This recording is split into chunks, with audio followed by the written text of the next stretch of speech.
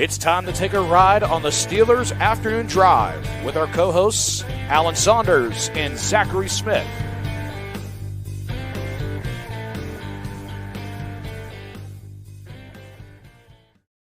Get in the van. We're going for our Steelers Afternoon Drive. I'm Zachary Smith. That is Alan Saunders. Alan, how we doing? Doing good. Spend most of the day in the car, so, Where are we at right now in our travel? Lovely state of Ohio. Oh, God. I mean, you even have in your Twitter bio about you're a notorious Ohio disliker. So, this isn't good. That I am. Especially this trip. It's just long and flat and relatively boring. But we're getting through it. Got good company. Brandon and Ed with me, so. Kind of goes along with just what I wanted to say, to kick this thing off is this is maybe the most misery Monday of misery Mondays that we've had. Alan, I know that there's still football left to play. There's still a season ahead here for the Steelers. They can still right the ship, their own story, if you will. But I don't predictively believe that's going to happen. I'm not completely rolling it out that this team can achieve something this season, but I understand why for so many, Twitter today seemed like a funeral of the season.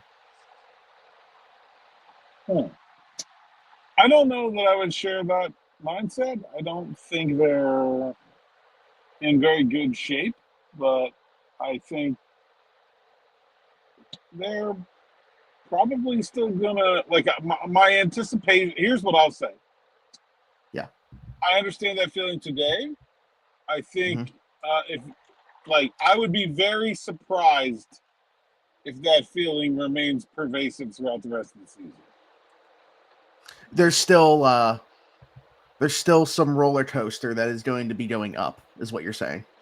I pretty strongly believe that. Yeah. It's not just we're not coming to the end of the ride quite yet. It's not all just the downward part of the slope.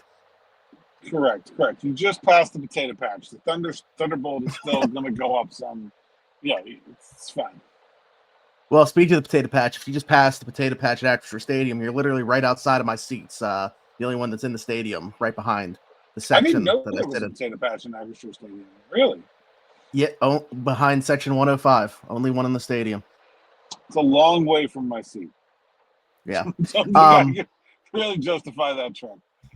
Anyways, I did want to say, kind of going along with that first thought that I just put out there, I tweeted a thought that I shared on postgame yesterday, and I've said this a couple times, but really wanted to put it out there and gauge how other people felt about how I didn't come into the season viewing the Steelers as like legit contenders, didn't predict them to even win the division. I just feel like when you don't have Lamar for 3 games, when it's effectively a lost season for Joe Burrow, not winning the division, I think could even be a disappointment. Missing the playoffs entirely, I view as a massive failure. DB responded to that and said, to me, really extends beyond that. When you look at the AFC as a whole being terrible, all the teams that have the alien quarterbacks are massively flawed from a roster construction standpoint. It played out better for them than they could have possibly imagined coming into this thing. And you look at the Bills, right, with Josh Allen, the way that roster construction standpoint, certainly bringing into the case with that wide receiver room. The Chiefs, I mean, yesterday, big win against the Colts. Prior to that, outside looking in, if they lose that football game, who knows where they go from there, especially with their road ahead as well. So yeah, I guess I've just been so hyper fixated on the division, but even just the AFC as a whole, like he's right. These alien quarterback teams, they're massively flawed everywhere else. The door was wide open for the Steelers here. Well, I mean, I think the counterpoint to that would be that I think the fact that most of those teams are looking at a wild card berth also means that just find a way in and you get a matchup that is not so daunting. Like this is not a year where if the Steelers are the 7th seed, they just trudge off to their eventual death at Kansas City or at Buffalo and get rolled by 3 touchdowns. Let's go to Indy, to Denver. Right. I don't think you would feel the same way, even though those teams have a better record this year, going to Indy, going to Denver, going to New England, if one of those other ones is the one. Yeah. Yeah. it does feel like a year where there is not a big penalty. I agree with you about the division, but it also feels like a year where there will not be a big penalty for not winning it. And honestly, this could very well be a year where if the Steelers and the Ravens, like let's say we get to a universe where the Steelers and the Ravens are within a game of one another, and both of them would be going to the playoffs no matter what. Like that could be a year where you could be looking at that game like, man, I'd rather be the 7th seed and go play the Patriots than be the 4 seed and host the hard charging Kansas City Chiefs.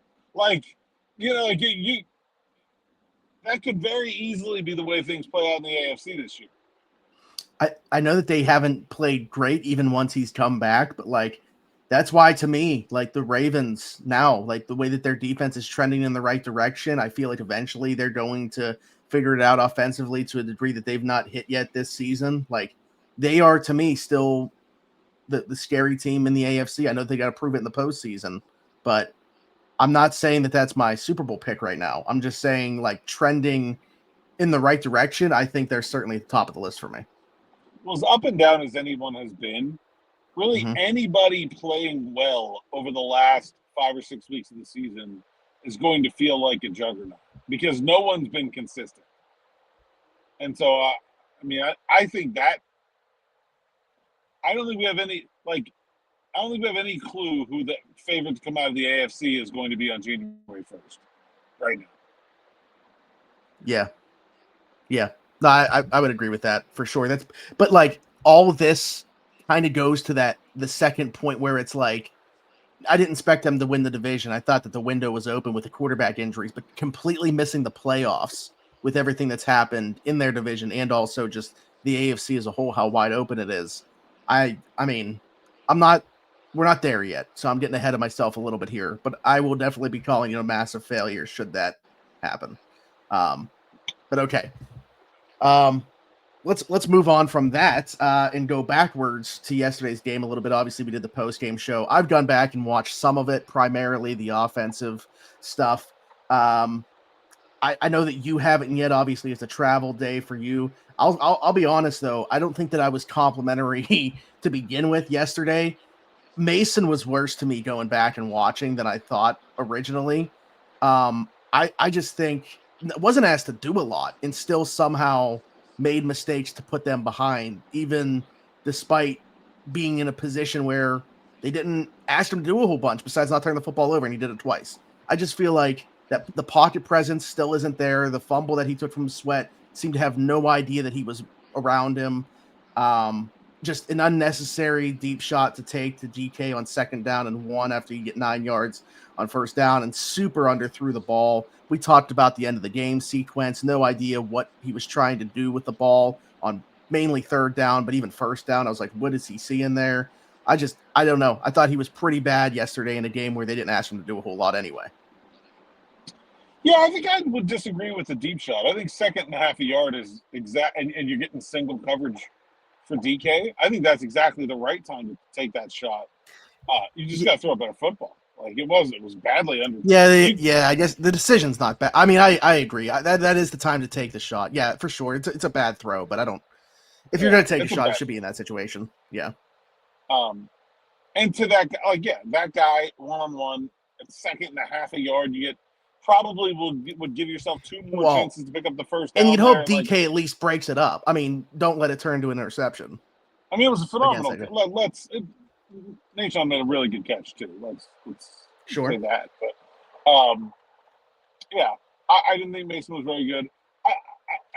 The thing that drives me nuts is like everyone's freaking out about they don't throw the ball over the middle. Like throwing the ball over the middle just automatically improves every quarterback by leaps and bounds. Like Mason Rudolph would have suddenly completed 85% of his passes and had a quarterback rating of 125 if he just threw the ball over the middle.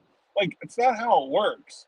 Like people mistake the correlation for the causation.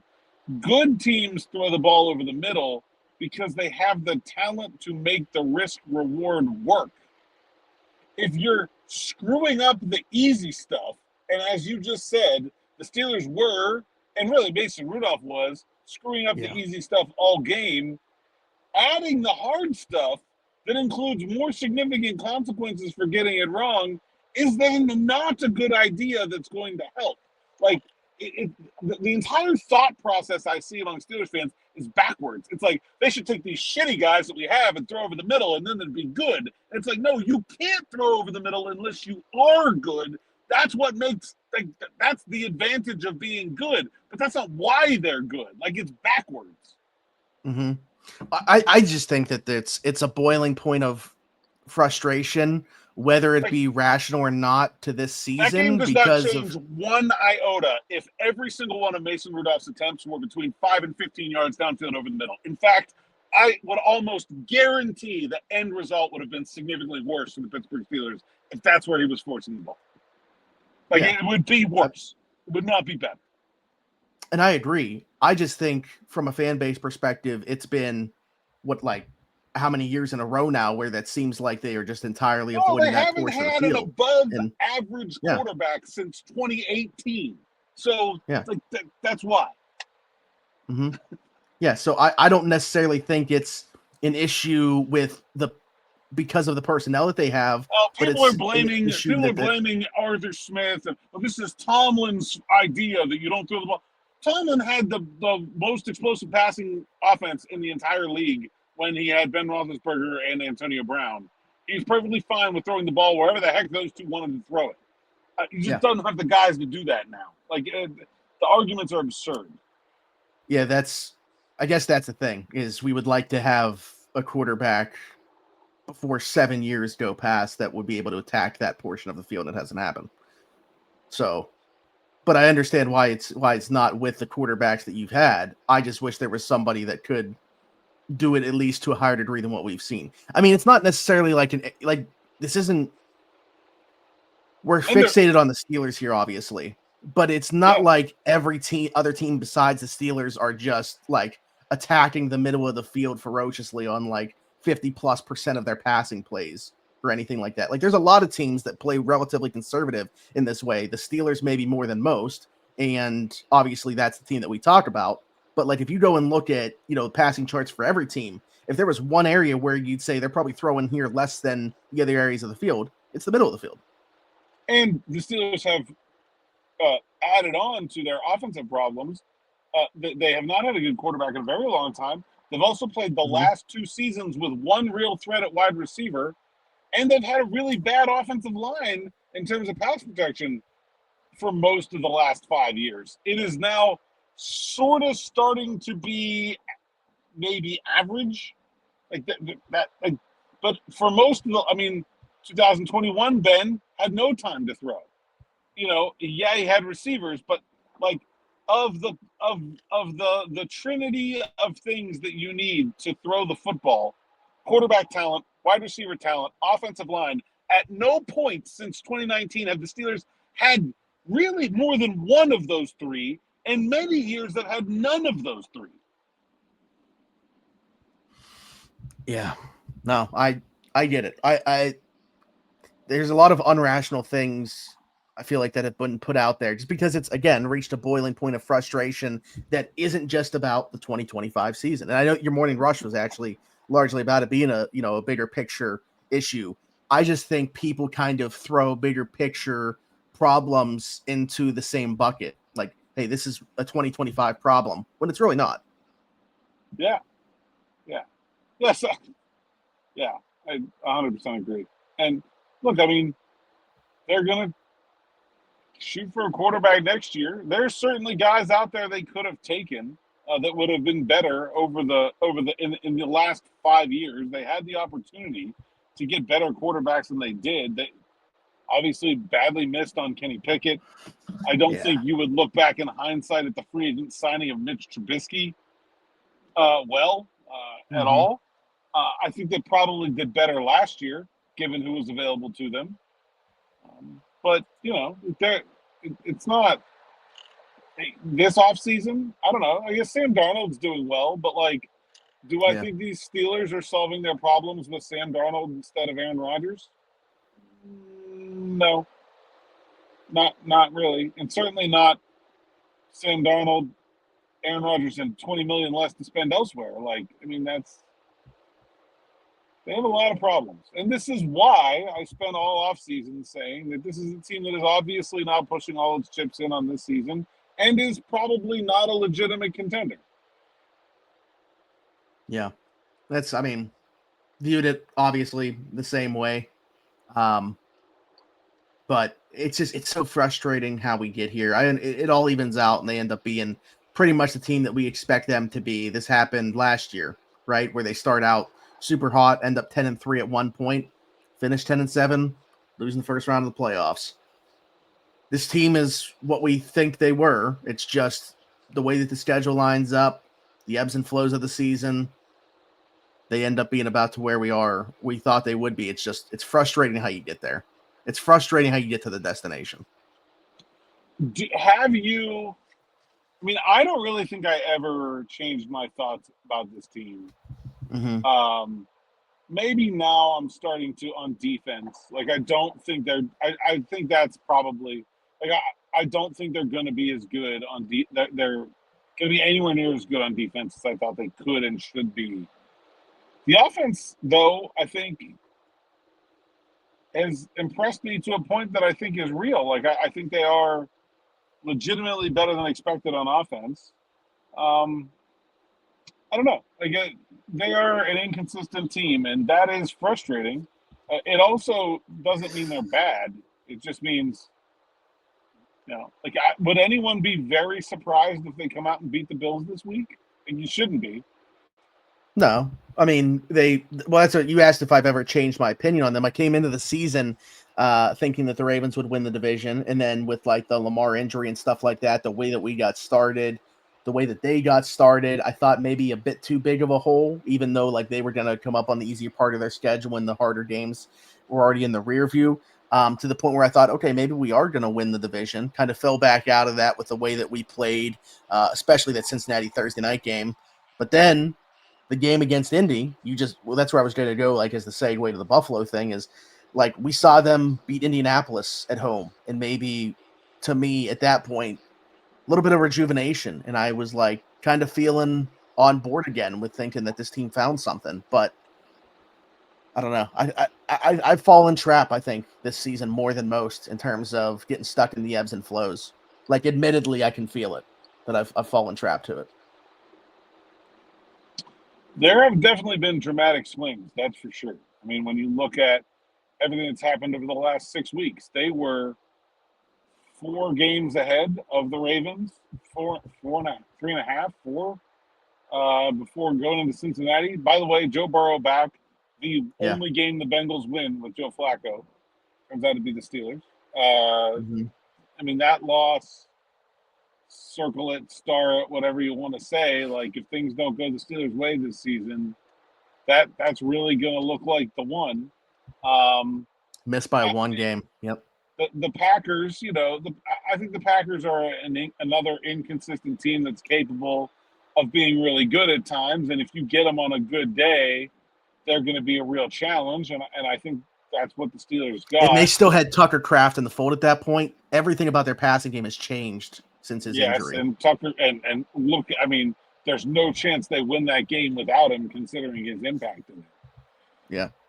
And so, yeah, I mean, I think there's, obviously I understand the feelings today, but like, I don't really think I've changed my mind about the Steelers a lot. Maybe I've got them one.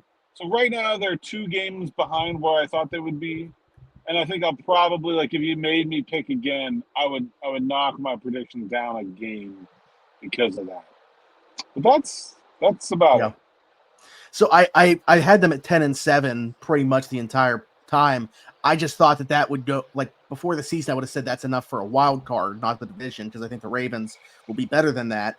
Then I was at the point still keeping that same record prediction, thinking that would be enough to win the division because of the way the Ravens came out of the gate. Now I'm at the point where I don't know. I think they might end up being the meme that doesn't even make sense to me with them being 9-8. Everybody throws that out there. They've done it once. 10-7 is actually the much more apt thing to say. But that's kind of where I'm at. Like, predictively now, if I'm redoing that, I think they're going to finish 9-8. And I think I had them at 11-6, and we'll put them at 10-7. Okay. All right. Well, we talked about how that whole thing kind of started with me just going based off fan reaction that I see, and obviously wanted to offer some fan perspective. We got some fan comments / questions that we wanted to talk about. I got one from Instagram. Obviously, you guys send them through on Twitter to Alan and I as well. So we'll go through some of them here. Patrick Link says, "I've never been a knee-jerk fire Tomlin guy. I've accepted that we move on from Pickens because he didn't fit the culture that the Steelers had. But what about the culture that we need? Is Tomlin still the right fit for that at this point in time?" Yeah, I think the Steelers have a pretty good culture this year, a pretty good locker room. I think the guys are really together. I don't see a lot of bad apples on this team. I think that's been an intentional part of this rebuild, is to not have those. And I think you can't. I mean, very specifically with Pickens, you can't look at what he's doing in Dallas and say, look, he would have done that here. It's for one, a completely different offense with a quarterback who's playing probably as well as he's ever played in his entire career right now. The second thing is you get a fresh start.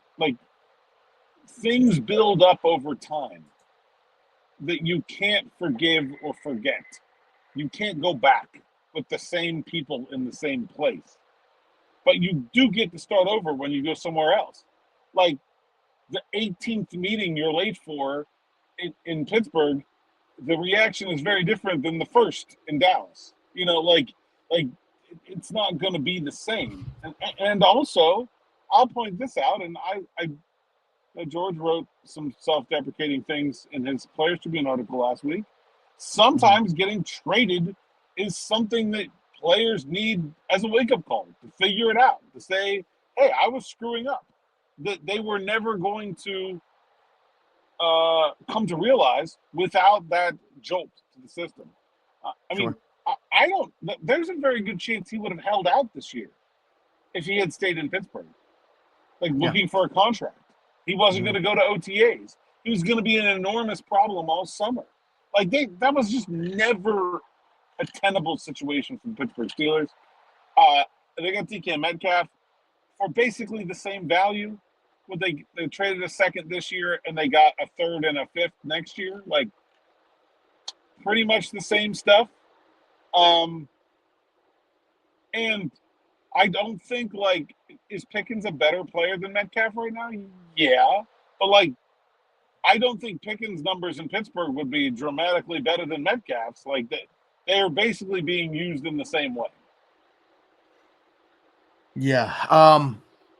I really like the point about the wake-up call via trade, especially when it's easy to look at it and say this was a position of need and they were still willing to trade him. And look at the return that they got for doing so. They basically just said, we don't want this guy anymore. What's the best? By the way, they shopped him all offseason, and the best they could get is a future third rounder. Nobody else wanted him either.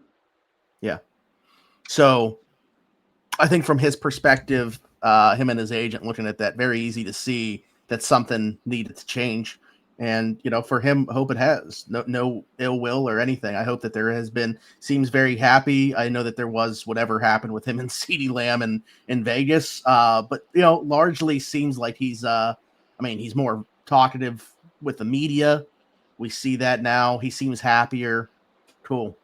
But doesn't mean that it was the wrong decision for the Steelers to move on.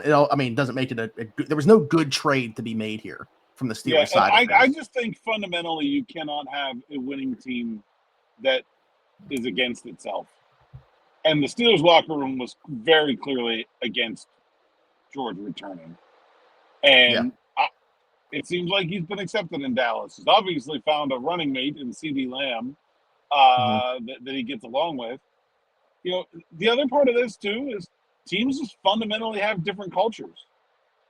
I don't think the Pittsburgh Steelers want to be like the Dallas Cowboys. There's things over the years that the Dallas Cowboys have been very willing to accept that the Pittsburgh Steelers just have not. And that's who they are, and that's who they want to be. You have to cultivate like-mindedness. You have to get players that want to buy into your concept. It doesn't mean that they can't buy into a concept.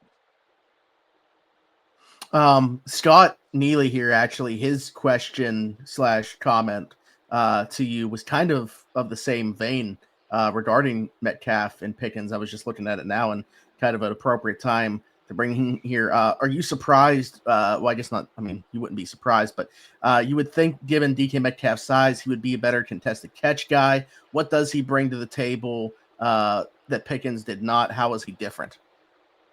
Yeah, I mean, after the catch, I think he's a very different guy in terms of his size and his strength, his physicality, difficult to tackle. But he is not, for as big and strong as he is not some kind of contested catch savant. You know, he can do it, but I don't think he's as good at Pickens as Pickens is. He has, over the course of his career, got open more than Pickens does. I mean, with Pickens, the thing was you have to throw it to him even though he doesn't look like he's open because he'll catch it anyway. I mean, Metcalf legitimately gets open when he's not being double covered on every play.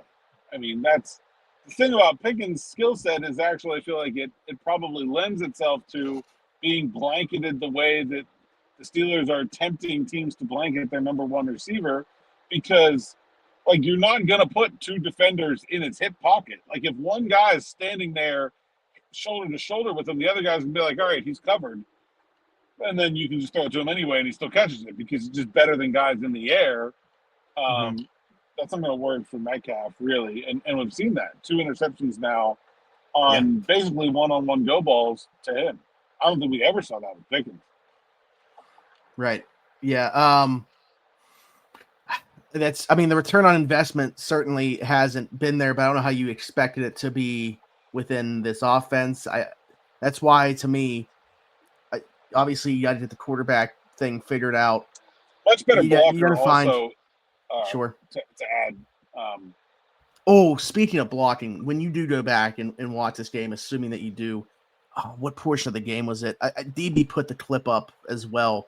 Ben Skoranek played like 26 snaps in this game, and I was going back watching, and I saw that one, and he even flexes afterwards. Like, yeah, he was feeling pretty good about himself. I love Ben Skoranek. But anyways, that came into mind when you were talking about the blocking there. But certainly, I mean, not breaking any news here. I'm very curious about the approach to build out the rest of this receiver room this offseason because I'm kind of it's been 2 seasons now that we've talked about it. I'm kind of at the point where I don't even want to say that I expect this to happen in free agency or expect this in draft. I'm just curious as to what the plan of attack is going to be with finding somebody else to go into that room. Yeah, and I have a very good feeling about the team's approach at quarterback.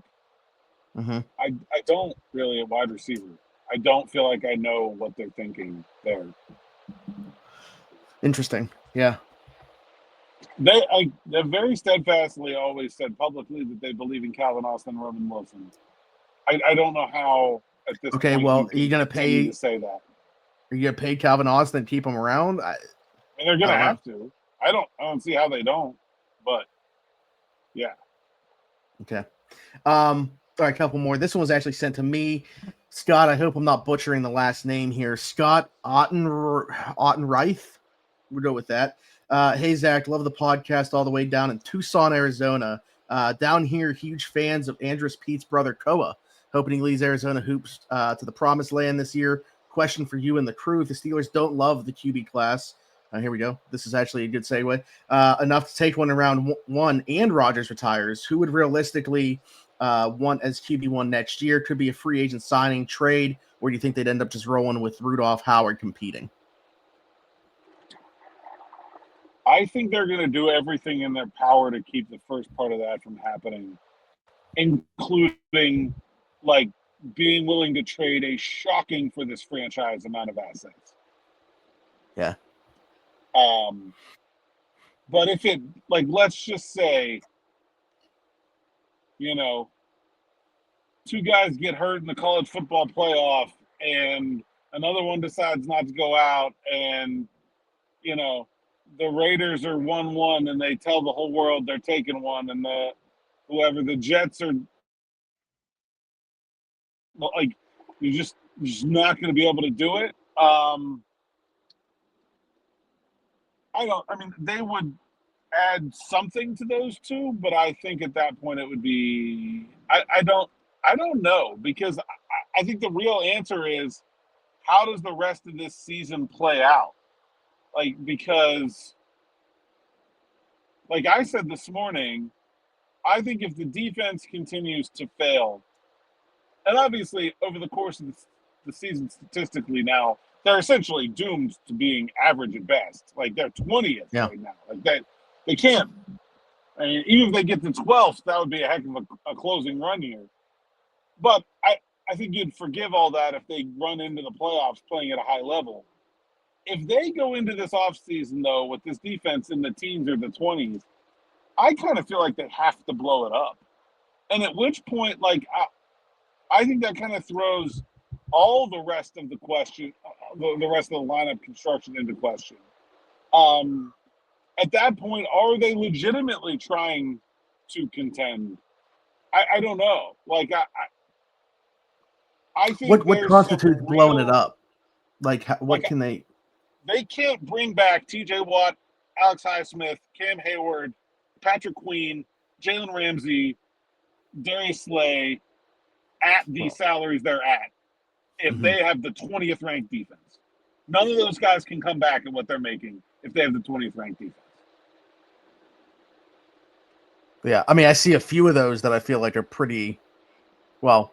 I mean, I know that we mentioned the Highsmith trade. Darius Slay isn't going to be back, so that's obviously. Clearly. Alex Highsmith could certainly be part of a trade. Patrick Queen's in the last year of his deal. Jalen Ramsey would need something redone with his contract, obviously. Cam's 36. Yeah. Okay. So, that's the 5 highest paid players in the defense, I think. If they're 20th in defense at the end of the year, and this team is still giving up 30 points, some meh offenses, I don't say bring any of them back. I wouldn't. Well, here's the thing too. You're talking about them being 20th, and that's without playing the Ravens once yet, the Lions and the Bills still. Yeah. So. Yeah, Brendan just wrote a story at the site today. It's like they're giving up all these points, and it's about to get worse. All right. I'll have to go read that. Thanks, Brendan. Feeling good about it right now. Yeah. All right, last one to bring up here from Tevin, because it's also related to the draft. Not draft season, but we fully expect the Steelers to be all in on quarterback. Know some guys we thought would be elite haven't had that type of season. Some guys looking better than expected, working their way up the board. But do you think that it would make more sense to take a guy in round 1 that's probably a better day 2 prospect, pass up on a sure thing at wide receiver or even a cornerback, or maybe use the capital to trade back into the first round to get the 5th-year option? I think a lot of those are options. I do think as the draft plays out, and look, we've got a long way to go. There do seem to be some interesting guys that are sort of on that first, second round bubble, probably. One of which the Steelers scouted this weekend, Jaden Maliava at USC, I think is right now a borderline first, second round player. My gut feeling is with quarterbacks, there is no such thing as a second round player. If you think he's a top 64 player, take him in the first round. The 5th year is worth it. He's not going to fall. And it doesn't happen very often, right? I think Tyler Shuck and Will Levis, the only 2 that I can think of recently in the second round. Yeah. And I did not have a second round grade on Tyler Shuck. I had about a 4th round grade on Tyler Shuck. We went the second round. So, yeah, I think if you're thinking that that's where he is, you just go ahead and take him the first. And then maybe you don't trade up. Maybe even trade back a bit if the Steelers are picking 18th and 19th. Maybe you feel like you'd go back 5 spots. But they don't need to trade back. They have 12 picks. They probably need to trade up. That's the other part of the strategy here, is that they've almost pigeonholed themselves into trading up. They cannot make 12 draft picks. Half will not make the team. There's nowhere to put 12 draft picks. They have to trade up somewhere. Now maybe you trade back up, okay, but I as I said before, I think they could consider trading TJ Watt. I think they are bound and determined to go up and get a quarterback. Wow. Fresh off pay. What is even the dead cap for them on that though? He had guaranteed money, so it shouldn't be like it'll be bad, but I don't think it'll be like devastating. You'll probably basically have a year where you're like paying him even though he's gone. But yeah, I'm trying to look at it right now. 94 million. So post June 1, if they could date it post June 1, it'd be half that, 45 million and 40, well, 40, whatever, 46, 47, 48. Boy. I don't know. I might take that and use it as a clip, to be honest. I feel like that was pretty as much of a, I mean, it wasn't a pony type thing, but I feel like that's to be pretty damning for people to hear. Like, I don't know. It made me like kind of sit back for a second when you said that. That they could trade him, or that I don't think they should bring any of those guys back if they stay at 20 on defense. I guess kind of both. I mean, I agree with largely moving on from a lot of guys. You got to trade him. Like, that's the only way he cannot be on the team. Yeah, absolutely. I think much more possible. We've already talked about the Highsmith one. Much more possible there. If you want to look at offense, I think, one of the tight ends, whether it's Pat or Jonnu, Pat is the one that actually, to me, would have value to move on from. I don't know. I think that there's certainly other places on the roster, but maybe. We'll see. All right. Anything else? I don't think so. Got my Italian beef sandwich today. Okay. Before I left. All right. Phenomenal. Gonna write about that. Gonna write about hot dogs. Gonna write about pizza. Gonna write about Chicago. I will write about football, I promise, in my notes from the road. But I gotta be honest. This might be the least football I've ever had in one because the locker room was not forthcoming in the delivering of tidbits for this. Really? Jalen Ramsey gave you guys a ton. Yeah. All right. Well, we'll do this again tomorrow. Oh, also, you did get a morning rush out. You know, you were talking about not being sure. Great hotel right downtown in Chicago. Shout out Marriott, and not expensive. There you go. Wildly cheap for right in downtown. Very nice hotel. So, okay. All right. I'll put that in the notes. Put that in the notes too. Not sponsored, but they get a ringing endorsement from Alan Saunders. They can be if they want to be. Hit me up. You got my number, Marriott. It's true. Credit card information, I'm sure, as well. So, good stuff. All right, we'll continue the conversation tomorrow. We'll hear from Mike Tomlin tomorrow.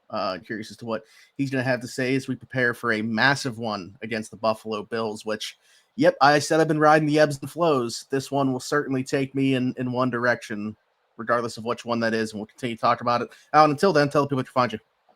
Hey, Saunders_PGH on X, Instagram, TikTok, and Blue Sky. PGH Steelers Now is the site's account. SteelersNow.com. Go there, read the word, sign up for SM Plus so you get access to my notes from the road. We'll also be having another SM Plus live stream for the month of December coming up in a couple of weeks. So you want to have that. And you get all the best content from me, DB, Brandon, and the rest of the SM team.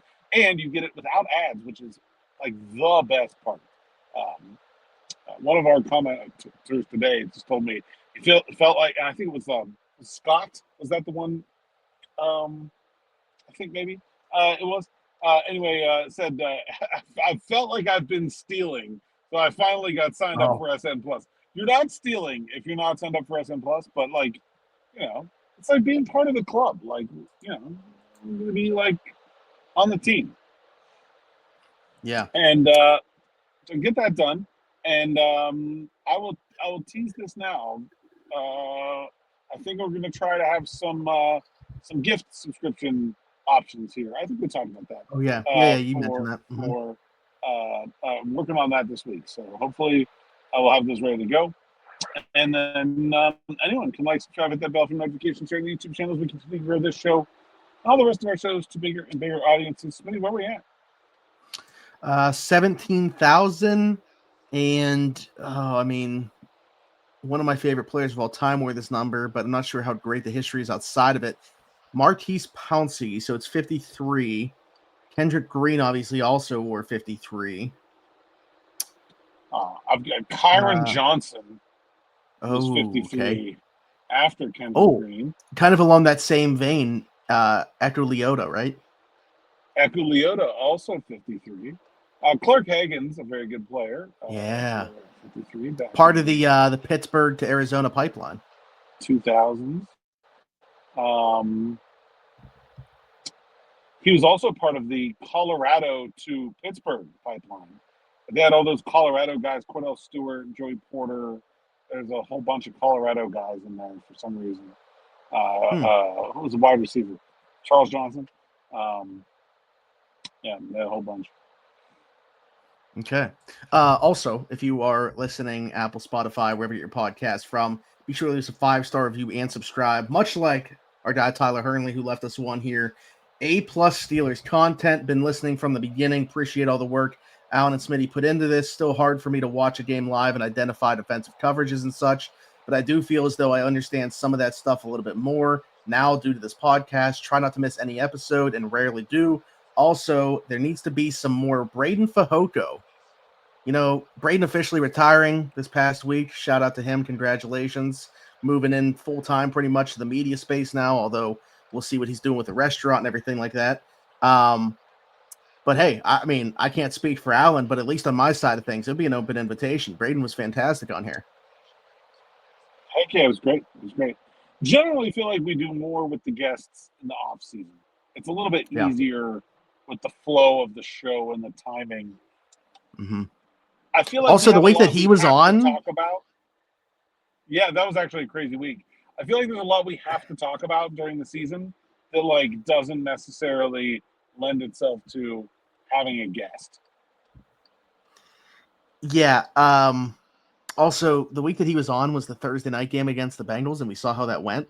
So yeah, let's wait until I didn't the even think about that. Yeah, let's just wait until the off season. That. Let's just wait until the off season. That's Fajoko's time to shine. But all right, so yeah, appreciate that. Like I said, be like Tyler, leave us a 5-star review and subscribe, whatever listening platform you are on. Leave us a comment, as you can do as well. You can drop questions in there, thoughts, anything that we talked about now. It's awesome to be able to do that, not just on YouTube, but on your listening platforms as well, and we'll get to them. And then you can find me everywhere, Zachary Smith, PGH, Fallon Saunders, and myself. Thanks for jumping in. Take another ride on the Steelers Afternoon Drive.